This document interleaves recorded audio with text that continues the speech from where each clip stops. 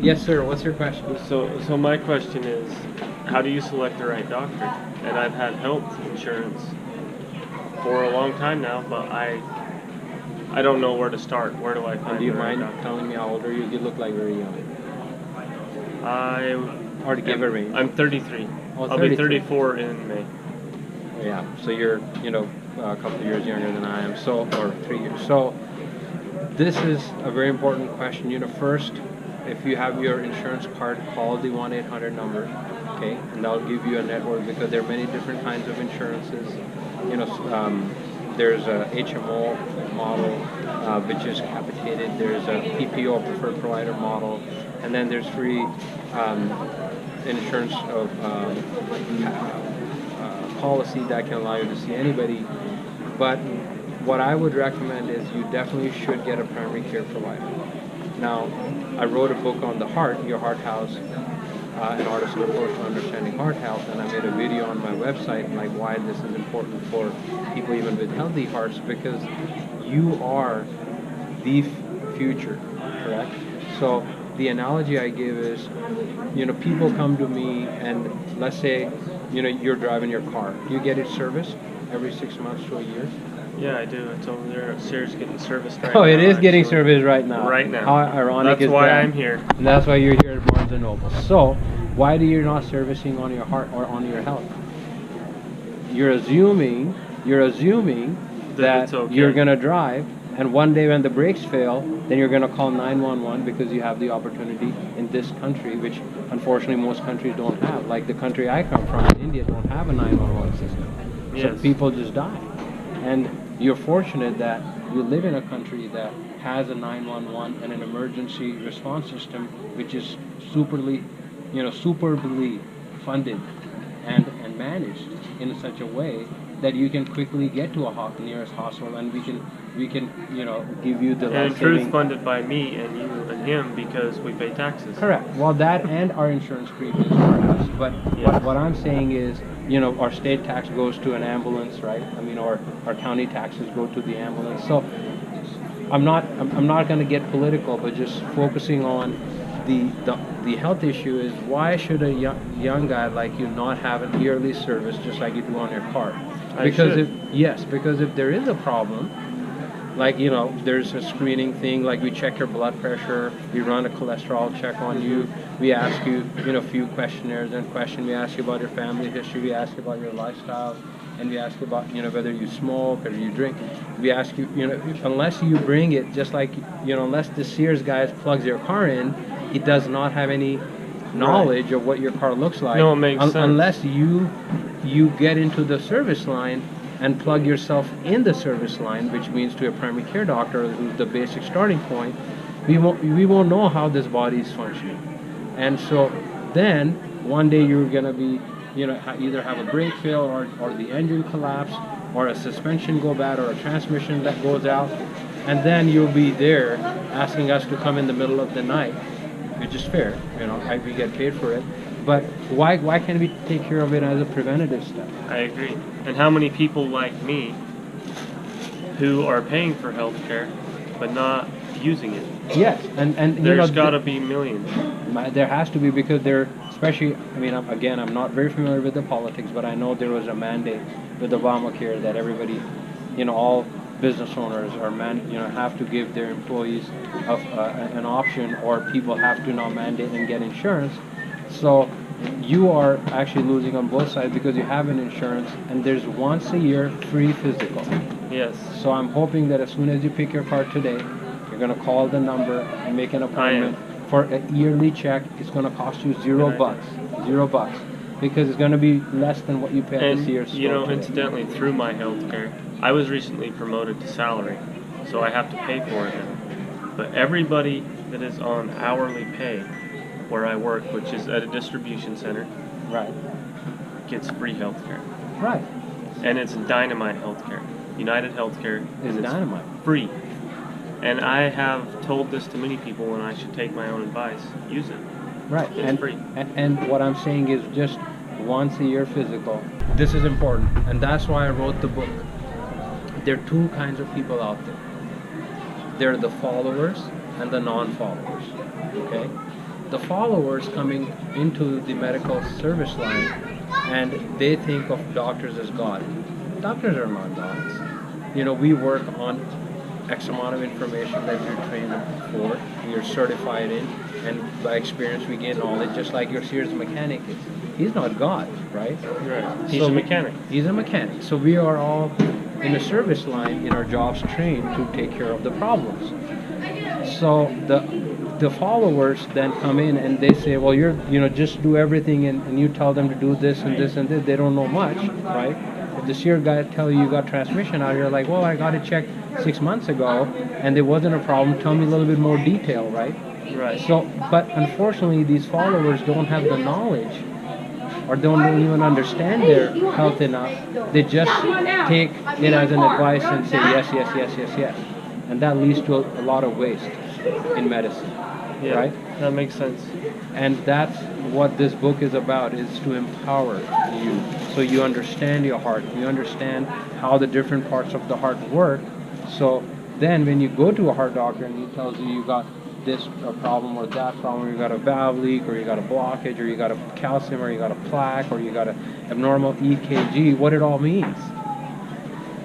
See what I'm saying? Then, on the other side, we have people who are non-followers. Like you're saying, these people you are even on insurance, but they don't follow the faith of medicine. In their heads, they're like, well, this doctor is ordering this test because he wants to buy a new Mercedes. I put that in the book because I've had somebody tell me that. And I'm like, okay, so that what he taught me was that there are some non-followers out there, no matter whether they have insurance or not. They just think of doctors as, well, I'm not going in because he's going to run a bunch of tests and I'm going to spend a lot of money. Why don't I have the same thing about the mechanic. Every time I take care of my car, You're worried they're going to do something they don't need to do. that they're going to do something you don't need to do. So, but then why are we still taking our cars and not going to doctors? Yeah, that's a good question. Because it's mandated, right? You have an insurance, somebody's paying for you. It's free. I'm glad I once a ran year. into you Yeah, because I've actually, it's been in my mind once that a I year, need to use once it. a year, but maybe once this a year, pushed me over yearly the edge physical where I need to is actually free. And get in there then and go do it. in there and put your reservations. If you are somebody who's an unbeliever, say, hey doc, I understand all this. I've been reading about all this, so please make sure you don't order tests. It's okay to say that. And if the guy has, a good heart in a way, like, they understand where the patient's coming from, and they treat you with all due respect that you deserve, they're going to be cognizant of that fact after a belief system. And that's what I call the artisan approach, not one size fits all. And so the idea is, by providing basic information about your heart health, that's what my book and my mission is, we can get a shared decision which is ultimately leading to a precise medicine. Because this decision is precise and apt for this guy with this bunch of risk factors and this belief system. That makes sense? Yeah. We can't just treat everybody the same. No. We can't force it. Because even if you try to force it, the data from pharmaceutical industry and from chemists, we call them chemists in India, but pharmacies here, Oh, okay. they say the compliance rate for any drug is, like when Medicare databases were pulled, patients are fooling the doctors. There's research out there, I'll share. They nod their heads and say, yes, yes, yes. They come into our office and say, oh yeah, are you taking all these? Yes, yes, yes, yes, yes. And when if you check on their pharmacy, they haven't filled their drugs for 3 years. So now, this is where I was talking about IT and AI, that strong systems are getting into place where we would be able to pull a good health system, would be able to put data into your put your pharmacy in the computer and pull out data on compliance to say, is this guy really taking it or not, or is he just nodding his head? And that would also be another step in practicing precise medicine, because otherwise, if people are lying to us just because they don't want to offend their doctors. If you're going to lie to your doctor, what's the point in going? Well, because the one day that they get really sick, they want their doctor around. That's the point. So just the point that we were discussing. They're going in and saying yes. So then when they're really sick and in their head they think like they're in the hospital and they need the doctor around, then the doctor doesn't feel like it's a relationship management. Yes. So then they know like, oh, he's a good patient, and the doctor's gonna go out of the way to help me. See what I'm saying? Yeah. That's what the physician psychologists are telling us. I mean, I'm telling you what the data is out there. I'm not making it up. No, I understand what you're saying, and even how people treat you like you're a god. Really, You're a not. physician. I can help you if you're honest with me. If you give me honest feedback, I can diagnose it and tell you what to do to help. And one other thing that I tell people is there are a lot of doctors out there who like really have shallow egos, and if a patient says I want a second opinion, they get offended. I don't, from 7 years into practice, I'll say, if I sense some trust issues, I'll ask them to get a second opinion, because there's only one or two things that can happen. If I'm wrong, they get the better advice, right? So it's a win situation for the patient. If I'm right, it increases my credibility. It's again a win for me and the patient. That is awesome. Right? Because Thank you. Because what is there to lose? Nothing. Because if I'm right, I'm going to look like the smartest doctor on earth, and the patient gets the right treatment. And if I'm wrong, The God patient forbid, gets the right treatment. patient gets the right treatment. Now, Which the is what the point is of all of it. What's the yes, point? what's the point? But problem is, you have to make sure that you don't have, like people backstabbing you. Because, when you're in a very environment, a competitive environment, like that doctor doesn't know. And so the plea out here is like, do the right thing for the patient. That's why the book That's what it's all about. You're right. And or what it should be all about. But if you educate them, they will become the roadblocks. So we will be able to weed these, bad apples, the bad doctors out. Yeah.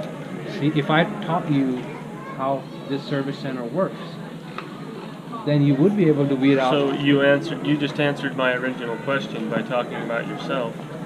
How do I find the right doctor? Find one that isn't offended by a second opinion.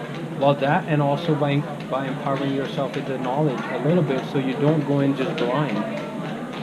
Right? Like when I go and buy a watch, don't I do my own little research and say what is the CNET saying and reviews on this or TV? Right. I do perfect. That. I mean, all of us. All of us do that. So why are we not doing this when we're treating medicine? Why are we closing our eyes? Why can't you go online and find something out? Because feelings. What do you mean feeling? You don't feel. It's because it's different. It isn't retail. It isn't an enterprise. It's personal. But unfortunately, the administrators. I'm not disagreeing with you. I'm that's saying how it's the personal. So we keep that stuff in. Right, but the hospitals are treating it as enterprise. It has become an enterprise ecosystem for the hospital. Otherwise, there wouldn't be administrators. There would be physicians running the show, and we're not. We have become a servant to the administrator. So unfortunately, it is an enterprise. Well, so it's better that the consumers are awakened to that. See what I'm saying? Well, the healthcare is an enterprise, but I'm saying the reason why people are more open about it is because it's personal. Yes, I get it. And they. No, but if you're there's a lot of people that know something is wrong, and they don't go to the doctor just because they don't want to hear the truth. I see what. So that's a psychological. Yes, denial. It is a psychological denial, and it's operating on hope. I hope nothing is wrong. I hope nothing is going to break. But hope is not a tactic. It's just a feeling. I know, but then the problem is that, and I see. I don't think that I'll be able to fix it. I don't think anybody can fix that part of it. But I think the only way to crack that nut is education. So, because I wrote that in the first chapter of the book, the anxious subject, that when you don't, what is fear? Fear is the result of unknown. That's exactly what I'm saying. But if you educate yourself, you'll not be fearful. Yeah. You'll be less fearful. Less fearful, but at least I'm giving you an option, a hope, or a solution. Because we'll always be fearful because black holes. No, I mean, and at the end, I'm a spiritualist, and I feel like, life and death is not our hands. If you see a doctor and he can say, oh, you got 10 years left, leave the door, because that's for the bigger accountant up there Yeah. to decide life and death. I What agree. we are doing here is a facilitator role, based on the best information I can receive that I've learned through knowledge and going to school and my practice and my instinct. I'm delivering it to you as an experience based, out of what I learned. This is not God works, right? Well, I'm really enjoying this, but I actually have No, an I eye know. exam right now. No, that's fine. Thank you. You're a nice man.